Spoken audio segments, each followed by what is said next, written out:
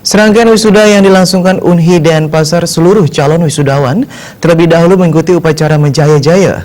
Upacara yang dipuput Ida Pedanda istri Raka dari Geria Gede Kesyut Kawan Kerambitan Tabanan tersebut dilaksanakan di Pura Widya Mandira Unhi Denpasar.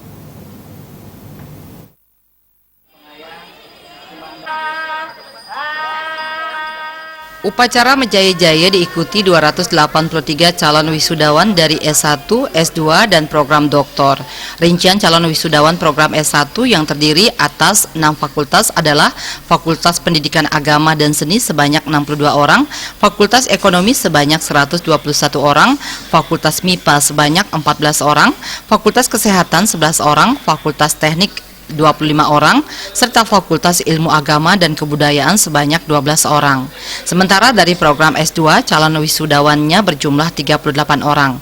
Selain calon wisudawan, upacara Menjaya-Jaya diikuti jajaran dosen dan pimpinan di lingkungan Unhi Denpasar.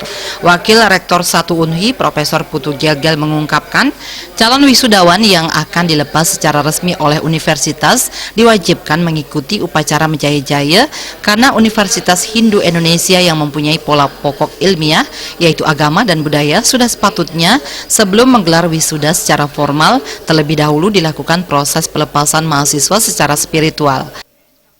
Kita berharap bahwa para alumni kita mampu bersaing di di pasaran kerja, terutama sekarang kan persaingan di katakanlah pegawai negeri juga akan ketat.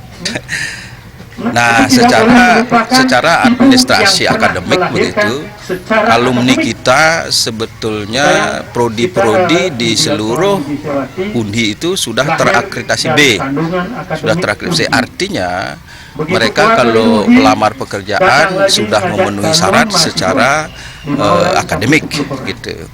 Demikian juga bahwa para alumni kita sudah dibekali juga beberapa keterampilan-keterampilan yang mungkin nanti bisa bersaing di pasaran kerja. Upacara Menjaya-Jaya memiliki makna kejayaan. Menjaya-Jaya berasal dari kata jaya atau menang. Agar mahasiswa yang telah berhasil menuntaskan studinya di kampus bisa meneruskan apa yang diperoleh selama di bangku kuliah dan ilmu mereka bisa langsung diimplementasikan di masyarakat. Universitas Hindu yang berbasiskan agama dan budaya tentu tidak akan lepas dari kegiatan-kegiatan yang berbau kebudayaan, terutama di Bali kita terkait juga budaya dengan agama. Sebelum mahasiswa di Unhi, sebelum masuk ke Unhi itu tetap kita awali dengan prosesi budaya Hindu, yaitu dengan upanayana dan pewintenan. Setelah itu baru mahasiswa akan menempuh pendidikan dan diakhiri dengan wisuda. Wisuda itu secara akademisnya wisuda, tapi secara kebudayaan Hindu Bali kita melaksanakan proses Menjaya-Jaya.